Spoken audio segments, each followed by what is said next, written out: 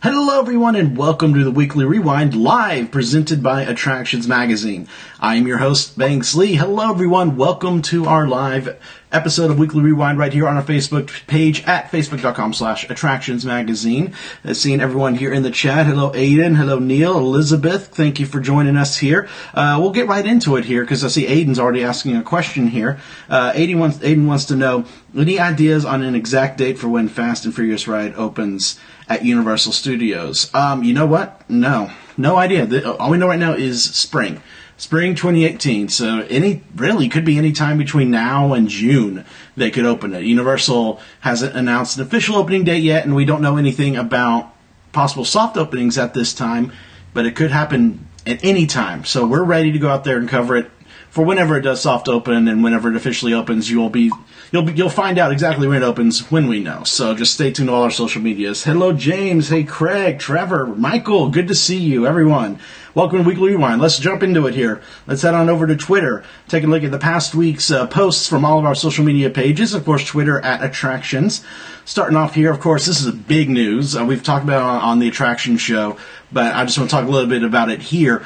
Disneyland Paris is getting a massive expansion of their Walt Disney Studios park, and they are going to be adding lands for Frozen, Star Wars, and Marvel. Now, we knew already that they were going to be updating and re-theming their Rock and Roller Coaster to Iron Man, and so that's going to be part of this Marvel land now. This park, from what I've seen, has been needing like an expansion like this for a long time. I'm going to be going out there in person in June to see it all, and I'll get to go see some of the stuff that looks like will be gone for this, so I get to see their backlot tour and all that fun stuff. So be for sure to follow me and Attractions for all that fun stuff in June when I get to go out there to Paris. But I just want to start off with that and see here. Hello, John, Brad, good to see you. Nicole asking updates on the Star Wars expansion. You can actually go over to our YouTube channel right now to see an aerial video of the construction of Star Wars Galaxy's Edge here at Disney's Hollywood Studios. That's really the latest update that we have. Still building, still scheduled to open next year. Oh man, that's kind of exciting to say that it is going to open next year. Oh, I love it. Alright, so this is something that I found at Animal Kingdom just yesterday when I was hanging out there with my family. My daughter Spencer, she's 3.5, and she's pretty tall. She's getting my height from genetics. And so I went to Dinosaur, and I was curious to see how tall she was. And she's almost there. She is just about to hit the 40-inch height requirement for a Dinosaur. But because she didn't, one of the cast members there gave me this card that says, when she is tall enough, come back, they'll write the date right there on the card, and then we'll get to use the Fast Pass to go experience it. So it's a really cool thing for families who have kids that are just not tall enough, but gives them a reason to come back and celebrate that milestone of becoming tall enough for a ride. I don't know what other attractions may implement this kind of cool card feature. I'm sure there may be some others. I would have to look into this, but I thought this was really, really neat. And a lot of people didn't know this existed. So, hey Kyle. Hi. Oh, my wife Sydney is watching in the room down below. Hello, Sydney. Nicole. Yes. Hi, Kaz from the UK. All right, so let's move on to the next one here. Now, this is a cool, these little metal earth kits that you can get building like the castle or the Haunted Mansion. They have one now for pilot droid Rex. Of course, if you don't remember Rex, he was the pilot of the original Star Tours back in the day, and he'll be making a return at Star Wars Galaxy's Edge in 2019 as a DJ. So here's a little metal puzzle piece that you can put together of Rex. Okay, so Sydney says that Everest does that card too for kids. So I'm sure there may be other attractions around Walt Disney World. We'll have to look into this and make a list of attractions that possibly offer that cool little card for kids who aren't tall enough. Onyx, what are your thoughts on Dinoland USA being rethemed to Wakanda or South Africa land? I don't think it's going to be Dino Land. I would love to see a Wakanda land come to Animal Kingdom. I think it's the best fit for it. For me, I think the best fit would be Rafiki's Planet Watch. Using the whole train and Rafiki's Planet Watch area, there's plenty of space there for Wakanda, and you can really do some cool things. So that's all assumptions, rumors, blue sky ideas right now. So we don't know exactly if they're going to be doing anything in the parks. We'll find that out in the future. All right. Hello, Nathan from Hollywood Studios. Yes, you're still here. Glad you're watching, taking the time out of your vacation to tune in to the Weekly Rewind. This past week, Dave Bautista, who you may know as Drax from the Guardians of the Galaxy films, made a stop over to Give Kids the World Village to hang out with the kids, chat with them, take photos, meet them, and also deliver some toys for the upcoming Avengers Infinity War. So, really sweet of him. That Give Kids the World is such a great organization. We'll talk a little bit more about this later on in this episode. Alright, so festivals. They have started in, really, Epcot, they're almost year-round now, but especially here, you have Seven Seas Food Festivals going on at SeaWorld. Flower and Garden Festival just started at Epcot. We'll talk some more about that soon. And now Busch Gardens is their annual Food and Wine Festival. It has started up there over in Tampa. So we were there getting a preview of some of the fun stuff. Of course, all the stuff that you see is kind of condensed down for this episode. You can find much more photos and posts and info on all of our social media channels as well as our blog, attractionsmagazine.com. So yeah, this is the entrance to the Food and Wine Festival. This little video right here, you can find these guys at the Food and Wine Festival at Busch Gardens, these tall, moving plants, basically. It kind of remind me of like Divine at Animal Kingdom, if you've ever met Divine there. But you can find them interacting with guests at the Busch Gardens Food and Wine Festival. Mike, makes me so happy you've officially adopted the Professor gimmick. Oh, that I love that nickname, and I thank you so much for giving me that nickname, Mike, the Professor of Theme Park Economics. Alright, also over there at Busch Gardens, and if you don't know this, it's not part of Food and Wine Festival there. This is all the time, but if you don't know, you can feed kangaroos at Wallaby Way, or Walkabout Way, sorry. They are wallabies, but it's called Walkabout Way. You can go in there, feed these kangaroos, and it's just so cool to be able to see them up close, touch them, pet them, feed them. It's just so adorable. I highly recommend you do this on your visit to Busch Gardens. It's one of those unique opportunities. Alright. During the Food and Wine Festival, they have various, plates and cabins. I think they call cabins the booths where the foods are. This is a fried frog leg. Yeah, that's a frog leg. I mean, people will eat it. I was not there for this preview. I did not eat this, but that does not look appetizing to me because it's a frog leg. I know Elisa of the attraction show definitely is not appetizing to her, but yeah, I don't know about this. Let me know in the chat. Would you eat a fried frog leg? I wouldn't. I certainly wouldn't. And now we'll move over to Epcot for the Flower and Garden Festival. Of course, that started this past week as well, and it's a gorgeous festival. It's so beautiful to be able to walk around Epcot, see all these flowers and topiaries, and of course the food and drinks and fun stuff like that. These are some annual pass holder pins that you can purchase for the Flower and Garden Festival this year. As you can see, Figment is heavily featured in the designs here.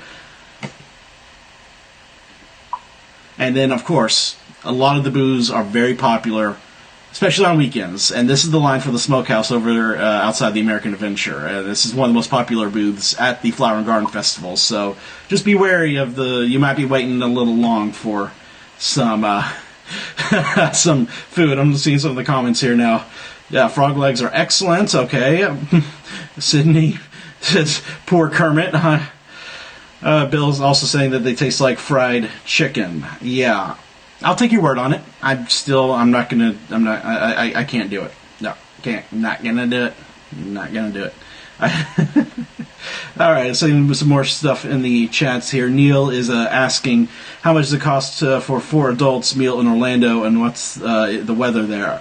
What are you talking about for adults meal? Like in any restaurant? Because the prices will vary big time between wherever you're going. So, and the weather there's actually right now is really nice. A nice cold front came through, and it's very, like, this is the perfect spring weather right now. So I kind of hope it stays like this for a little longer. Alright, so let's move on over to our Facebook page. Of course, you're on Facebook right now, but if you're not watching this on our replay on YouTube, this is facebook.com/attractionsmagazine. First photo here is a photo. Okay, so notice something wrong with this sign? I'll give you a second. Yeah, so Animal Kingdom. It's a brand new park, Animal Kingdom. This is not the first time, really recently, in the past year, that the directional sign at Disney has had a misspelling. There was one for Epcot that was spelled Epocht. So I don't know how these get through to the final version without, I don't know. I guess we're so used to seeing the words Animal Kingdom that you see that and you automatically think, oh, that's right, when you look at the word almost daily. So it's fixed now, but it's always a fun thing when you find misspellings on the signs. So the Rose Cup, if you remember last year, Disney released this cup for Beauty and the Beast with the red rose inside of it, and it was very popular, sold out instantly every time that they would get them in stock. And now they've brought a new version of this out for the Flower and Garden Festival this year, and this is the blue rose cup there with the design for the Flower and Garden Festival. The top part there spins around with a spinning light in there, so it's really, really cool. Really neat souvenir for the Flower and Garden Festival.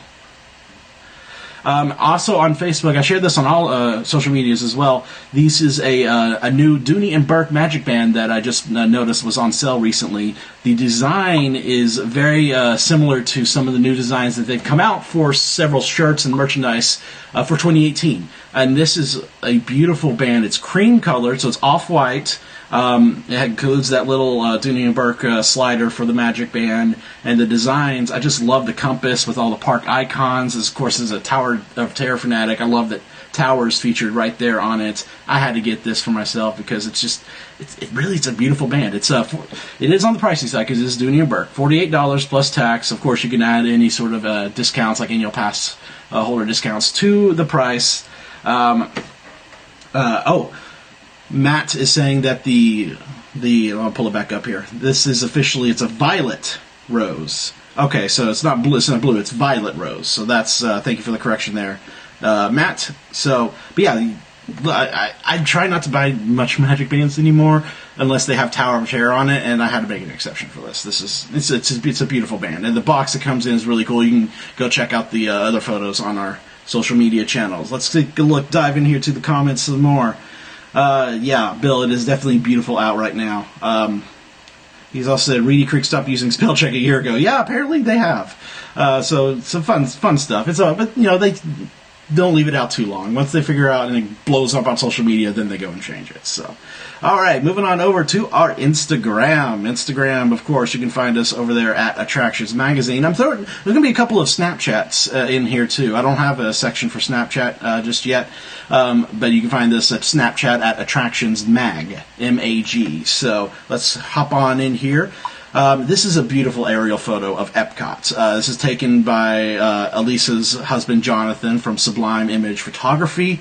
And I love this. The coloring is just so gorgeous. I love seeing aerial stuff of the parks. And you can go to our YouTube channel and see some great videos, aerial videos from this same trip.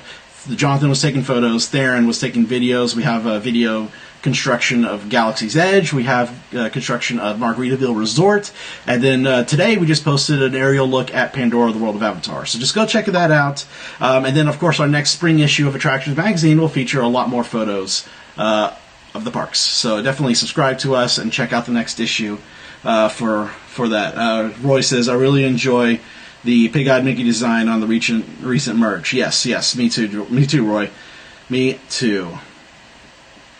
So this video we posted on our Instagram, this is of Stella, the baby elephant, over at Disney's Animal Kingdom. You can see her on the Kilimanjaro safaris, just playing over there, getting some water, I think, there. She's so adorable. There's been a lot of recent births at Animal Kingdom and other places around Florida, too, so it's just adorable. I think there's also some baby tigers that you can see at Animal Kingdom, and a baby hippo as well.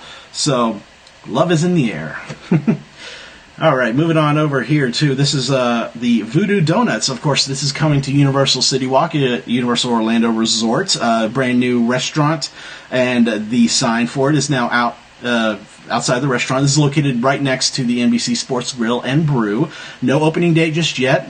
We just know spring of 2018 for this one.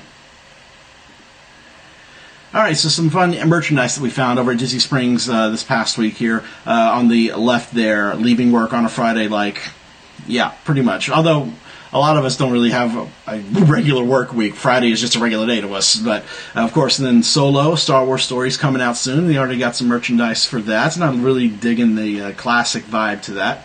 And there's a lot of Orange Bird merch coming out right now, especially at Flower and Garden, which I'll show you here right now. A lot of Orange Bird is being used this year for the merchandise at the Flower and Garden Festival. And you see the shirt there, the Magic Band, and then of course I gotta show you some of the beautiful flowers that you can see there at the Flower and Garden Festival. I mentioned earlier about Dave Bautista, Drax from Guardians of the Galaxy, visiting the Give Kids the World Village, and we got to chat with him on camera, and you'll be able to see this interview on this upcoming week's episode of the Attraction Show, so you definitely don't want to miss that.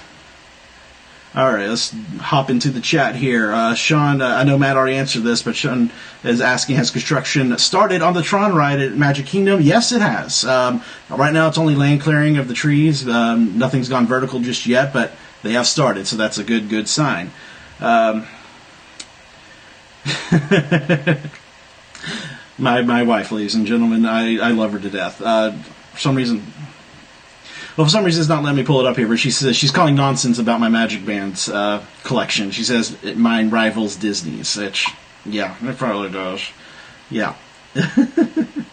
All right, so moving on, we've got Facebook, we've got Twitter, we got Instagram, we got a little Snapchat, and now, of course, YouTube. I've mentioned some of the videos that we do have on our YouTube channel that have been uploaded this past week, but let's take a look at this montage to see just a few more videos you may have missed on YouTube.